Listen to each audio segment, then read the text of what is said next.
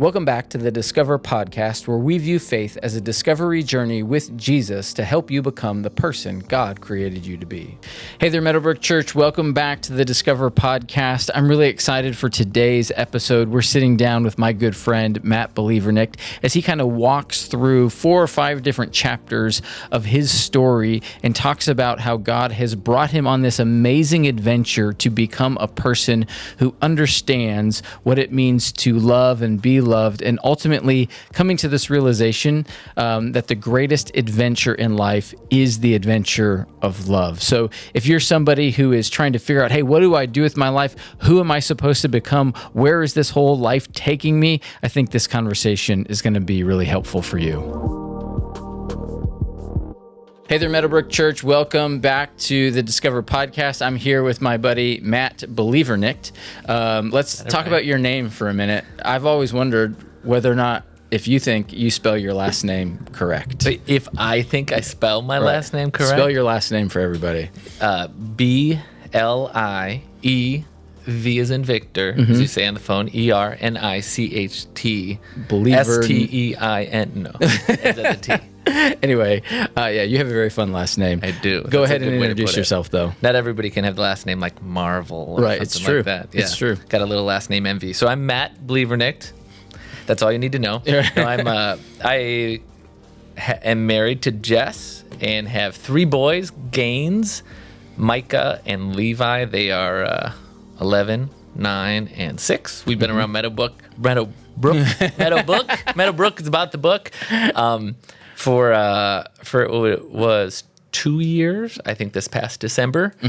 Started to get to know Brian probably 3.5 years now. I'm going on 4 years. Yep, best 3 years of your life. Yeah, exactly. So. And what do you do for work? I am a physical therapist for work. Yep. And what does your wife do for work? She is also a physical therapist. Physical therapist family. Yeah, exactly. Yeah. Totally a PT family. You're going to hear some nerd speak and unsolicited PT advice, I'm sure, even on this podcast. Right. When I met Brian, I was 30 hours a week physical therapy and 10 hours a week, like you could call it a discipleship pastor or small group pastor at a local church plant. Yep. So that's an interesting part of the story, too. And in addition to those things, artist extraordinaire. What we should do, that's a nice way to put it, is we should find, I'm going to get a picture of one of your paintings. Okay. And we're going to overlay it so people can see how wonderful you paint. Because you paint a Christmas card every year. Yep. And we save them. We actually have them. Becky has them around the house. I don't know if you know that or not. Yeah, when people throw it away, I know. Yeah. So I haven't got that feeling. Yeah. Yeah. Yeah, a hobbyist at least. I don't know about artist extraordinaire. Oh, no, artist extraordinaire, yeah. All right, so go ahead and just jump in and tell us a little bit about your story, specifically your journey of faith. That's what we've been doing in this first season, is hearing people's faith journeys, faith stories, and kind of what God has been up to in their life from long ago and currently. But let's start with kind of how you came to faith. Yeah, sounds good. I like the journey of faith way to put it with my story, because I know there are many people who have stories of this like really definitive coming to faith initial moment. Yeah. And I feel like mine is like successive steps of faith, which you'll hear. I can't really remember a time I didn't believe. And I've had times that I maybe doubted, and for sure times that I came to like deeper belief or deeper faith in living it out. But in the beginning, when I think of like the first chapter from a faith perspective, my early years, we'll call it, I'm very visual, like Brian said, the artist thing. So I think of it in terms of even like images. So my early years, this is grown up, we'll say my kid years, the images that come to mind is I like picture the house I grew up in, and it has a big front porch. And there's a lot of people on that porch, family, friends, just grew up surrounded, south of Chicago, but like kind of where urban turns into rural, south of Chicago, that kind of like happens pretty quick. Yeah. I would say there's not a lot of sprawling suburbs like there are in other directions. But anyway, so I was kind of right on that line.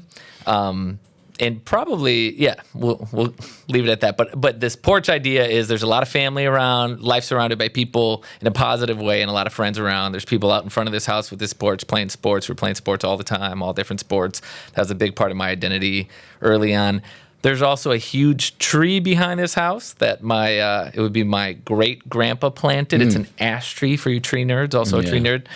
Brian is not. I've noticed that a couple times. But the significance of that tree. So 3 generations grew up in this house, and I really had this rich family history in a positive way growing up. Wait, did you say 3 generations grew up in that house? Is that what you just said? Wow. Yeah. Really pretty cool looking back on it. Are you the 3rd generation? Exactly. Yeah, okay. Yeah, actually I'm the 3rd generation. Cool. And then also church in the background, partially in this picture, partially because the church was literally across the street, or kitty corner, as we used to say.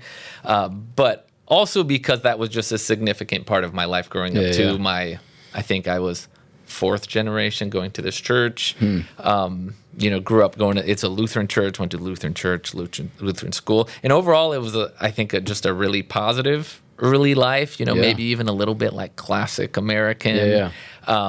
But more than anything, I don't think there was a time that I ever didn't feel loved. Specifically by my parents, but even broader family, that sort of stuff. I think you could maybe attach that picture like this white picket fence. Which I was actually Googling. Is white picket fence always negative? Is it positive? and what AI told me is it can go either way. But one of the things is it can mean that things look good, but they're not actually all good, right? And I think where that starts to come into it is not that I was necessarily hiding anything, or my family was, but I remember at this early age just this idea of something missing. To attach a picture to it, the picture I'll attach is the Air Jordan 6s. Brian's like kind of a sneakerhead, but he probably not to the extent I was, right? Because he wasn't a baller to the extent that I was. Totally. But I literally remember like I'm in 2nd grade and Matt Biesterfeld, I think I can say some names on the podcast if they're positive. This was the kid I grew up with, Matt Blievernicht, Matt Biesterfeld, all the great names in Crete, Illinois. But he wore Air Jordan 6s to 2nd grade. And I remember there was like whispering around my class. So we're in Chicago area. Bulls had just won their first title, so everybody loves Jordan. But I remember people saying like, those are the new Air Jordans. And I remember something to the extent of my 2nd grade mind saying like, maybe that's what I need. Maybe that's like, I don't think I thought that's what's missing, but I remember just wanting them, but not wanting them necessarily just because they're cool shoes, but like it meant something in who you were as a person. Could bring completion to your life. Exactly. Your 2nd grade life. Right. But I just remember having this like hunger for something more. I think more so than my siblings, had 3 siblings. And maybe part of it I just had like probably more energy for something more in some ways. Like I remember home videos, the camera would point at my older brother and he'd say a couple like shy things. It would point at me and I'd like do all these moves, just a lot of energy. I can totally picture that. Yeah, right. So, but that is an interesting thing to look back on because it was kind of always there. And I see that theme continue, like as throwing some more 90s references in there. As I grew a little older, 3rd, 4th, 5th, 6th grade, I just remember, and again, this visual idea, I'm a visual person, like noticing things I think that either culture told me, I should want to be, or things that other people thought were significant or cool. Like I remember watching Home Improvement. We all watched Home Improvement, right? But I remember how that hit me was like the cool kid on Home Improvement. Monty, do you have any idea what Home Improvement is? No.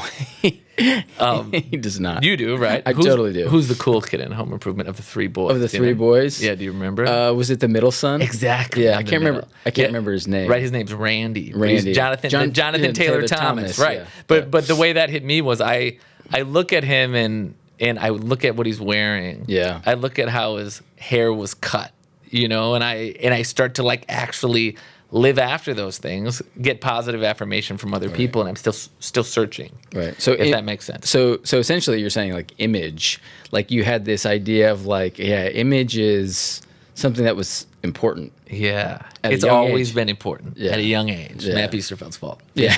Matt Biesterfeld and his Jordans. Yeah, exactly. Blame it on him. Exactly. They were white and maroon. You still remember? Yeah, I still remember. But so I think what's interesting though is that does pair alongside, like I had a good upbringing. Yeah. I felt loved. I believed.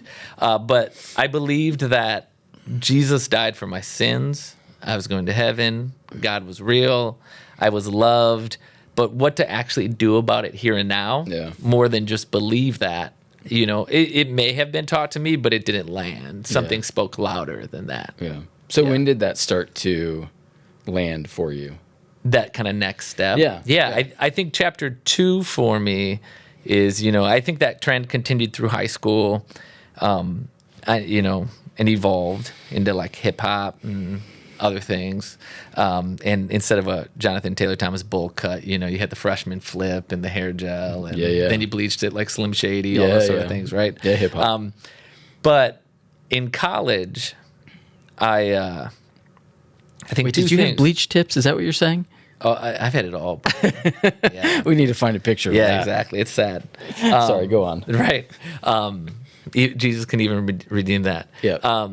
But so in college, I think what you have is I'm out of my house, starting to put my feet forward in becoming an adult. And those things that I was living after, that I think define who I am, what my purpose is, those sorts of things. I start to live after them a bit harder. Yeah. And they also start to crash and burn. I think the pictures here are like, I'd say like cheap trophies is one of them, right? These like things that maybe you think will make you significant. Gold-plated to yourself plastic. or other people. Exactly. Yeah. But they don't actually have any weight to them. Totally. A huge one was basketball first. I intended to play basketball, chose not to play for a variety of reasons that would probably take 4 podcasts and a lot of psychoanalysis. But not playing was like this huge thing that affected me, because I was kind of like, if I am not a basketball player, who am I? Yeah, because you played in high school. I did. And in high school, always seen as a good player who would play in college. Yep. And had always been one of the top players on the team. And I think that's part of why it was hard for me to keep playing, because playing with the team in the beginning of the year, I was not one of the best players, which I knew would happen in a way, probably not the extent to which it did, but also like if that's part of your identity and suddenly you're pretty mediocre comparatively, I mean, that's a hit. Yeah. So that part, coolness is still this big thing I'm living after, but that I'm starting to get hints that it doesn't hold weight. And then another big one was just like, especially as basketball came crashing down, like in relationships, right? Like finding the right relationship, the right girl, but expecting that to do something that it's not, that it can't actually do. So all that's in college, like all that's happening in your life in college. Yeah, and the basketball thing crashed and burned in a way. The girl thing was actually wildly successful for a short time, and then also crashed and burned and messed me up. And along that, and also like the grades thing became a thing too, which isn't something I was really attentive of until then. But that's another thing I got there and learned, like, oh, this is something I can succeed in. Yeah. And could easily turn it into, oh, this is who I am. Yeah. But at the same time, what's interesting is that's where I think God started to teach me or show me there's something more for me now. Yeah. In a way that really started to land. And I think maybe part of why it landed, it was juxtaposed or next to those other things not actually holding weight. Yeah. Not working for you. And not working for me. Yeah. And it spoke to me, like God started to teach me these things in a way I wasn't necessarily pursuing. First was just college ministry stuff. Being a Christian was an important part of my identity. But like being exposed to the Bible in a way that the Bible started to teach me things that I didn't expect it to. And a lot of it like implications for now. Yeah. Like implications, like what does it look like to follow Jesus? This slightly misfit band of Christians on campus, who weren't the people I'd pick in a photo to hang out with. Yep. They showed me faith in a new way. I came from a very intellectual, like believe the right things. That's what you do. That's what gets you into heaven. Yeah. That's the purpose of this thing. And like they like loved Jesus, talked about him like they loved him, like he was their friend. Then I'd experienced that some, like in my parents or other people, but not from peers. Yeah. They prayed in this like way that like they're like freestyling up there. Like I'm used to just like, I mean, it was very interesting. They worshiped in a way that they meant it, moving their arms. Yeah. But there was something that like they had something that was real. And then I became close with a couple friends who were the same way, not people I would have expected to be good friends with, but they were like following Jesus, and it was really neat. Actually, one of them became a Christian in college, and walking with him in that process was also really cool. So God started to show me something different, but that doesn't mean that I stepped into it. And then the other thing I mentioned, What do you think stopped you from stepping into it? I think that's a great question. I think one, maybe on some level I didn't know how to, or I thought I was stepping into it. Maybe I was putting small steps forward. Yeah. But I kind of think it's everything I was still holding on to. Yeah. Those trophies, I was still chasing them, still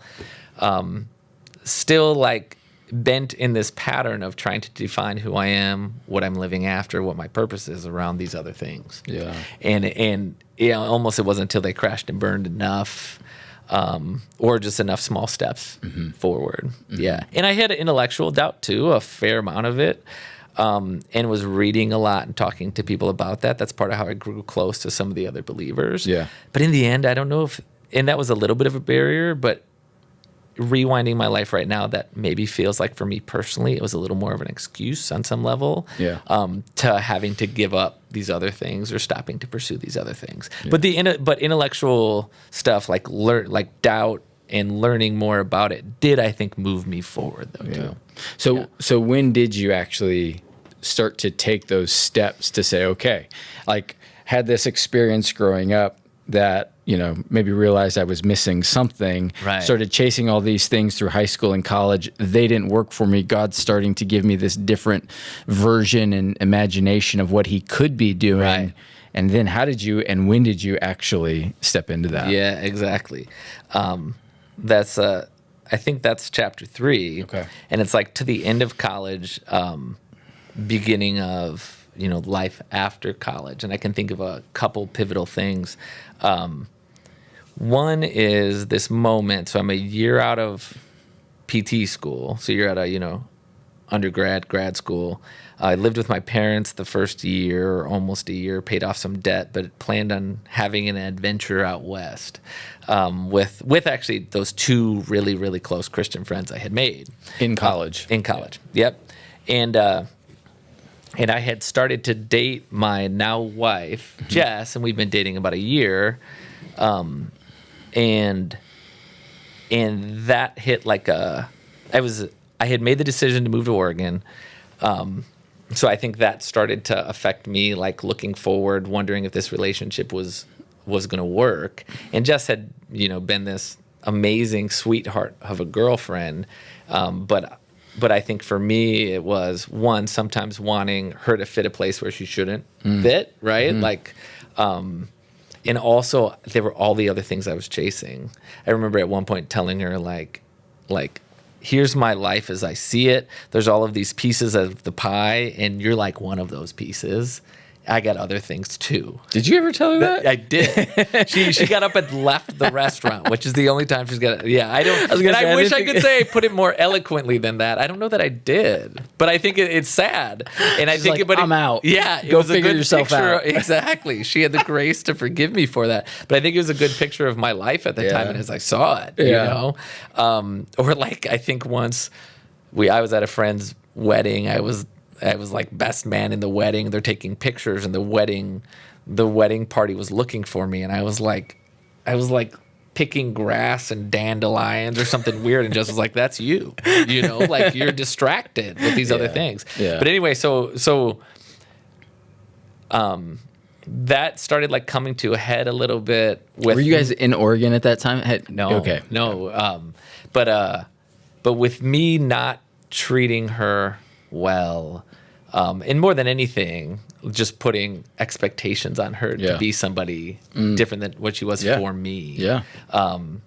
In a way that just wasn't fair, wasn't who God made her to be. Like, I like you, but I actually would like you more if you were like this. Can you become that person for me? Yeah, exactly. Yeah.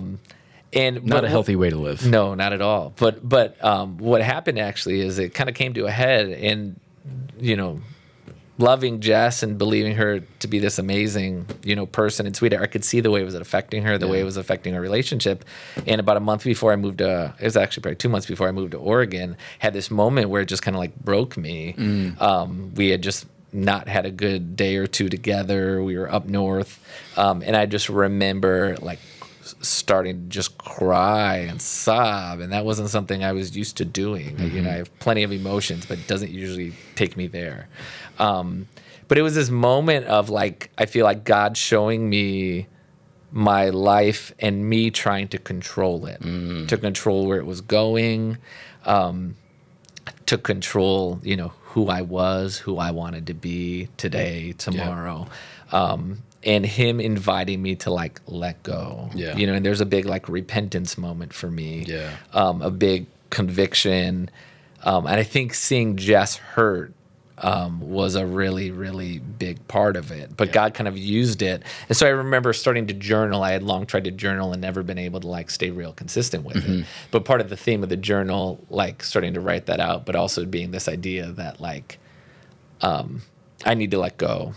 God, I need you to make me. I've been trying to make myself as this self-made man, and it's not working. I can see the wreckage of that, but I can, see it more clearly now, and I need your help, and I mean it. And there's this theme in the beginning of like still being the same, like working hard at learning to follow Jesus in some ways, but still being the same, and just believing there was more for me, hoping there was more for me. And I think that was one of the first times that I just started to consistently, earnestly pray and pray in this way of like, God, I can't do this. I've messed this up. Forgive me, but I felt his forgiveness and love, but also like, show me how to do this. Don't let me re-grip my life so tightly. And he showed up. In this way that was just really neat. Even just reading, I pull that journal out every few years and read it, and it's just really neat how he starts to show up. Would you say that, so that started around this transition of moving to Oregon, right? And then probably continued once you got there. Exactly. I think that's the other big thing is I got there, and it was a little bit like a reset of my life in some ways, which my life had been good to that point, but not good for me following Jesus at some level, or learning to follow Jesus. And there, I had a really neat Christian community that was really supportive.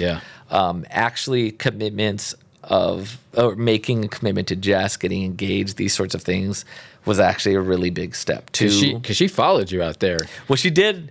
Yeah, her first year, she wasn't out there. She was finishing up grad school. Right. But she did follow me out. And we actually got engaged. I moved out there in July. We got engaged that December. So pretty quickly, we got engaged. And but there were I just started to like let go and just take steps forward in faith. I think one of the pictures, besides a journal with tears on it for that phase, is a garbage can. We were invited to draw a self-portrait during a sermon at church. You should try that sometime. And I remember like my hands just like going and like not even necessarily planning it out. And what I drew is all of these like, we'll call it these trophies, these hobbies, which those things go together for me sometimes, and a garbage can with me throwing them all in there. And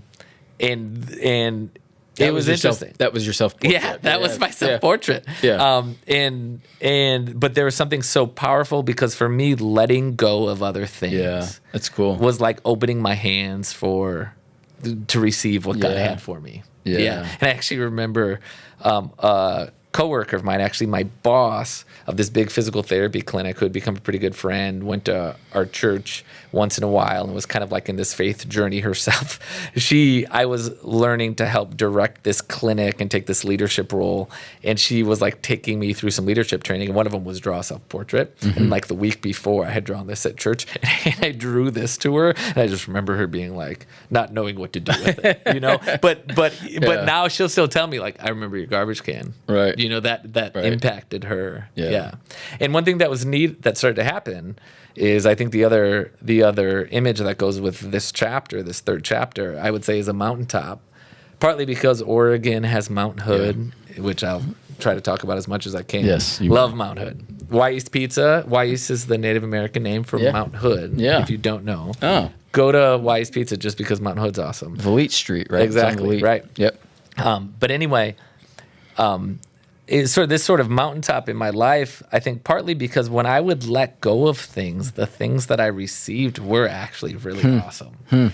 Like some of the things I put in the garbage can, one was in the picture, one was like a bike. Like when I moved to Oregon, I bought a $5,000 bike. That's another podcast. Yeah, you did. Yeah. And I'm not really one for big purchases, believe it or not, but I had gotten after basketball really into road biking and decided like with my newfound wage, I'll buy this pretty ghetto used car, but I'm going to get a like really expensive bike. Your bike costs more than your car? Maybe not more, but yeah. Pretty close. But pretty quickly thereafter, realized like I'm trying to be something that I'm not here. Yeah. And my bike like stressed me out, and I went to sell it and failed to sell it a couple times. And like my poor neighborhood community at that time, I'm always talking about this bike. But actually, in praying to God, like, do you even care? Like, why do I care so much about this bike? But the guy who buys my bike ends up being this incredible mentor, like a match to me in this way. Oh, that's cool. One of the things in the garbage can was like my like professional development in my career, and I felt like God was inviting me to like take an alternate path of development, and not like climb the ladder to manage a PT practice or these sorts of things or teach, but instead to like start a PT clinic with like homeless population in Oregon. But my church had a lot to do with that, but it actually ended up being this amazing experience of like learning so much, becoming friends with some of these people, some of these guys, being able to baptize some of them cool. Starting to attend our church and neighborhood community, things that just weren't me, but I like the letting go led to some really neat experiences that deepened my faith. Yeah, for sure. That's cool. Yeah, that's really neat. So then from there, take us into chapter 4 or that fourth stage, the fourth picture. Well, I think that mountaintop picture in some ways lives on for a while. I mean, one other obvious thing was just being out west and loving the outdoors. But it helped me like the nature out there is just so over the top and majestic and like full of the glory of God, especially I feel like if you have a relationship with God. And I just feel like God spoke to me through that. But so that mountaintop lingers. But then even moving home, so we've been home a little over a decade now, had our firstborn out there. Jess and I are close with our families. They're all here. We planned on staying there a couple of years, but ended up becoming part of a church plant out there. Loved the community life out there. The church plant in the end didn't go so hot. But still, it was this just neat experience of like becoming who I feel like God made me to be. And that followed into coming back here. I came back here, started working still 30 hours as a PT, which actually I had started to work to step down my hours as a PT to do like ministry or missional things out there with the PT clinic connected to Portland Rescue Mission because I didn't have time to do both. And then when we moved home, it was like, okay, I was surprised that my boss, my garbage can boss, I went in there and kind of just told her one day, hey, I'm not going to work 40 hours anymore. I'm going to work 32. This was in Oregon. Yeah, and I was surprised that she rolled with it. She's like, okay. So when I looked for work back here, I was like, looking for work that would let me work 32 hours. And I came back here and did college ministry with InterVarsity. But I feel like it was a continuation of that experience and that it was just feel like walking into who God made me to be, learning more about who God is, what it means to follow Jesus, and just being part of what he's doing in other people's lives was really powerful. Having little kids, just a neat season of like raising them. And then became part of a church plant here when we moved back, which I did not expect to become because as good as that Oregon season was, the church planting stuff in the end was very, very hard. Yeah. And when we moved back home, we were surrounded by Imago Dei church plant, moved to 63rd and North. And they were just surrounded us, loved on us, had a neat vision for what church is. And as much as I had not anticipated being part of a church plant, it was just like, this seems like what God has for us. So that college ministry job morphed into, after I think 4 years, into taking this position with Imago Dei as they grew, and which was also really awesome. Which we weren't a perfect church for sure, but we had a season of just really neat community. Feel like I learned a lot on multiple levels and just really enjoyed it. But then that's where I think that's where that season starts to really change. Yeah. And you can let me know if you want me to get into any of these parts, but to hit the high parts, or the low parts, the unexpectedly just after COVID or 2021, thought we'd made it through COVID, right? Weathered it. Yep. At that point, I think we're 7, 8 years old, so it's not like we're a super young church plant. Probably 200 people who call our church home. But we say when you went into it, like when COVID hit, you guys would probably have been kind of at that tipping point. Like either this is going to like shut us down, right, or we're really going to thrive on the other side of this. Yeah, and it felt like we did thrive on the other side of it. Right, came in 2021. But then just a series of things started to happen that made our church, and some of it, hindsight's 2020, but you see some of the ways we set up our church leadership, in our elder structure, the ways our lead planting pastor was maybe, running hard after things. Yep. But just things that maybe set us up, but we didn't feel that way, couldn't see them at that time. But so several things start to happen that not only resulted in our church plant closing, it started in the summer of 2021 and closed in December 2022. Right. So it was really just a year and a half, but it was a very, very hard year and a half that I rode to the ground. Yeah, and I had the privilege of like walking that out with you through that season on a weekly basis, getting to hear the challenges and the struggles of all that, and found myself thinking, that's really, really tough stuff, But like, and you were at the point where, like, as a staff member, a part-time staff member, 10 hours a week staff member, kind of like becoming one of the more prominent voices in the decision making of like how we navigate all of this stuff that's going on, which is a lot to put on somebody who's got a serious job and a family, and you're only working 10 hours a week. Yeah, right. Yeah, I think part of what had happened is leading up to that. I was close to the planting pastor, and we had 3 elders, which we had more, but that ended up, and one of them was the pastor, and I had gotten offered to start to walk towards eldership and to be the other person who was like an elder. So I was like an elder intern, starting that process, and on staff. So I was kind of in the know in multiple regards, which was weighty, and also maybe gave me a false confidence that I could do more than I could. But then with our pastor left a big hole, a lot of planting pastors would when he left.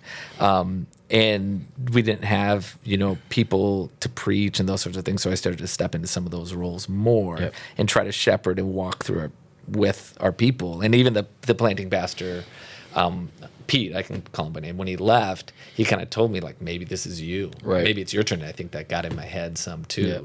I wasn't sure, but I was like, oh, maybe. Yeah. But it was a lot of weight to carry. Yeah. And I didn't do it perfectly. Yeah. But it was a hard season. And I think if there's a picture for, what this season has become, I think the picture is winter. Yeah. The picture is long. Yeah. Cold. Exactly. Dark. Right. Winter. Exactly. Yeah. Trees without leaves on them. Yeah. Death. Yeah. Right. And then and fog. Mm-hmm. A lot of just don't know where it's heading. And I think the hardest part, there's some intellectual, as having a doubt streak, in my early 20s, that came up some, but thank God, not a lot. But not about who God is, and if He's good, but more about like church, right? And already having some church plant, trauma, right.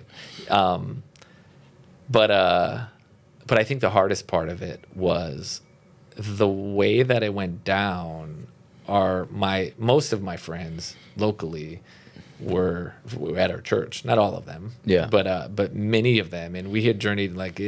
Imago Dei had a great sense of community and intention, and we're like 8 years in. Yeah, started connecting with these people as soon as we got back from Oregon, and we're close with lots of people, and like the way it went down, it was like all of our friends were gone. Totally. Not necessarily because we're at odds, but a tremendous amount of people actually moved. Yep. Some because of church, some because of other things. And then some of our other friends, I think, though we attend different churches, right? And it's just hard with little kids to stay in touch.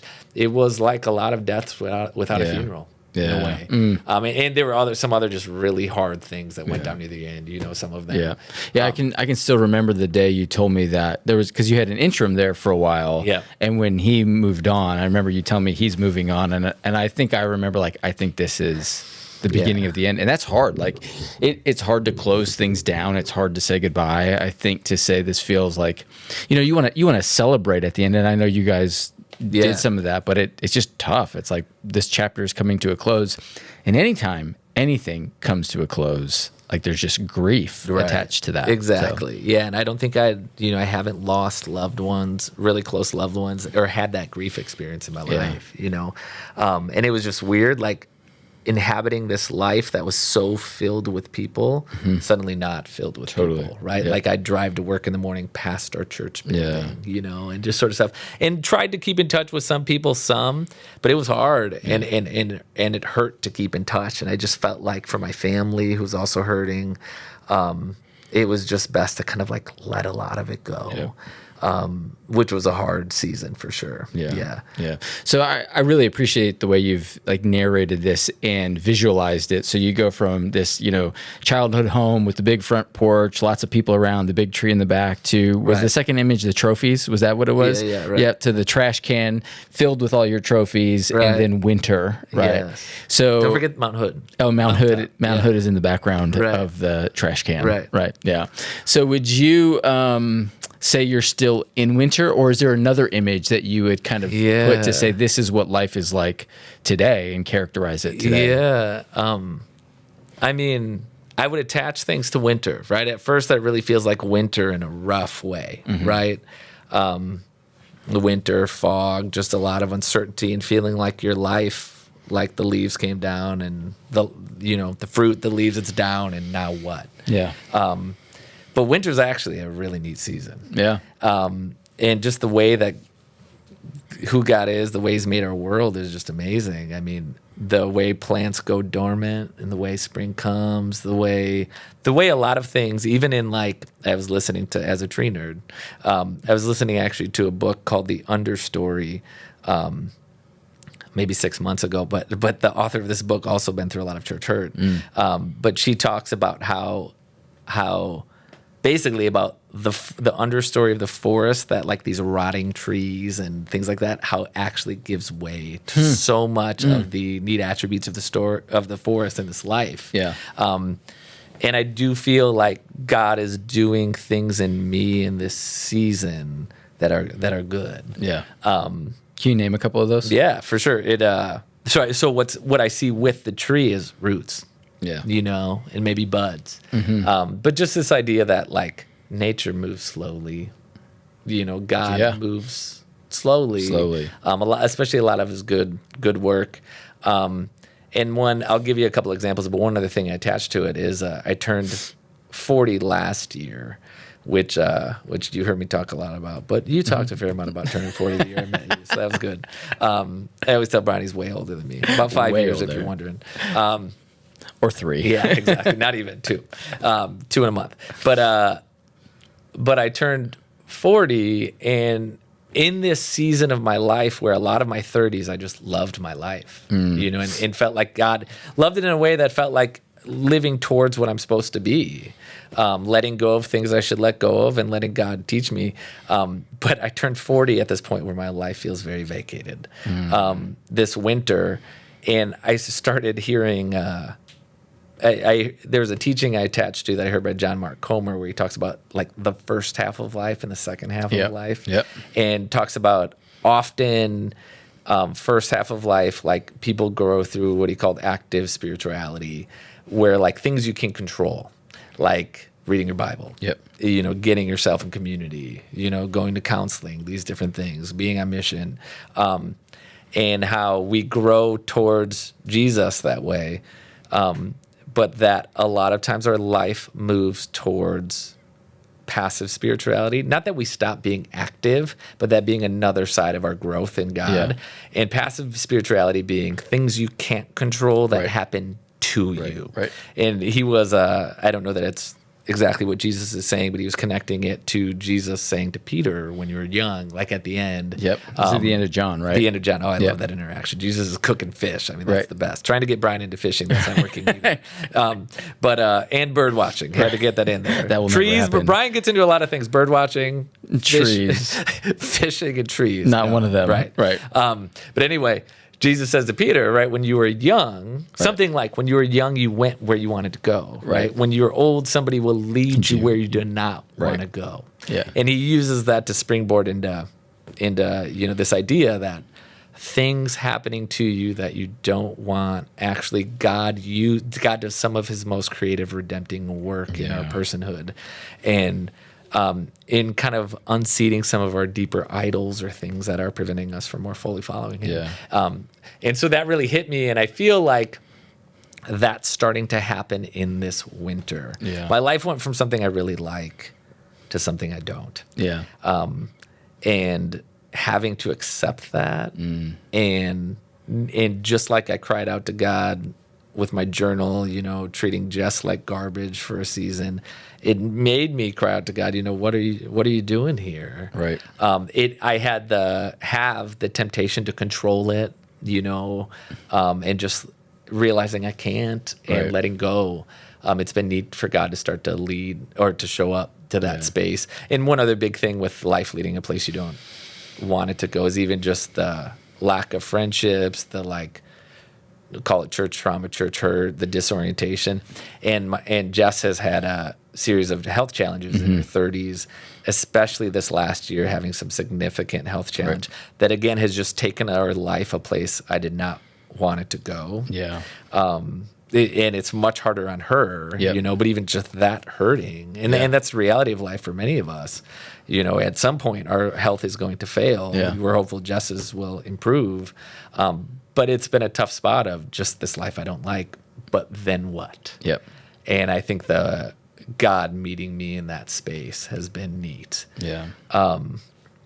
You want some specific examples of that? Sorry, that's a good big picture frame. Yeah, no, I think that's really helpful. So you said it earlier, it's like maybe you're coming out of this winter slowly. It's just you're starting to see the glimpses of what could be. So yeah, maybe give us one example of a real tangible way that you would say God has been meeting you in recent weeks or months around this idea of bringing you into this next season.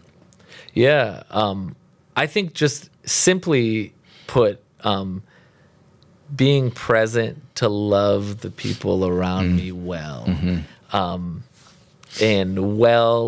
being loving them like God loves, which is, I think of all of the times the Psalms say his steadfast love, his love endures. Yeah. Loving them where they're at, loving them well. I still have so much to learn about that, but I feel like he's teaching me. And there's something about that feels really good. Yeah. Being an adventure-prone person, loving the mountaintop. Yep.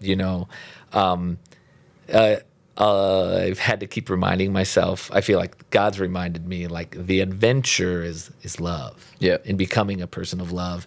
And that as much as I want to be out loving my life, outdoors, hiking with all of my, close friends, all of those things. I have so many pictures. I'm quite the dreamer. Pictures of the life I want to be living, but that actually the life he's called me to, Wisconsin winter, the health challenges, the church hurt that I'm still learning to get through, is actually a better adventure. And it's an adventure that moves me towards love. Totally. Moves me towards humility and loving people in particular when it's hard. Yeah. And it takes endurance. Yeah. God often forms us in the slow things. You referenced nature moving slow. God often forms us in the hard things, and he forms us in those things that we don't necessarily want. But as we move towards them and move towards him, in them, we become the type of person that I think God wants us to be. So, this is a really fun conversation for me, just to hear you articulate your life in those different pictures. And so to kind of bring this to an end, is there a word or a theme that you might put over that arching story that kind of captures either your journey or your relationship with God? I'm putting you on the spot with it. Yeah, just making me define my life in one word. And you've known me. I never use one word, Brian. Oh, man.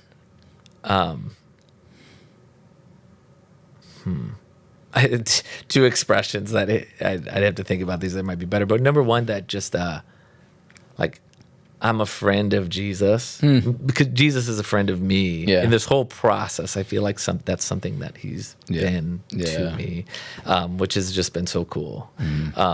Just his interactions with the disciples. You know, Peter says something stupid. Yeah. In the what's the word? Transfiguration, you know, and he like God the Father's like, listen to him. Right. Peter hits the ground, and Jesus puts his hand on Peter. He says like, rise, don't be afraid. I just feel like Jesus has been my friend through all of it, and I'm excited for where that goes. And I think the second one is just this idea. Maybe it's lame, or maybe it'll make a lot of money, but like the adventure is love. Yeah, you know, like it. Truly believe in that, and that's what God's doing in us, is making us people of love who can better receive his love and give his love to other people. Yeah, that's great. Well, thanks so much for being with us. And for those of you who see Matt around church, definitely would love for you to meet him in person. Don't hesitate to say, hey, I saw your episode on the podcast.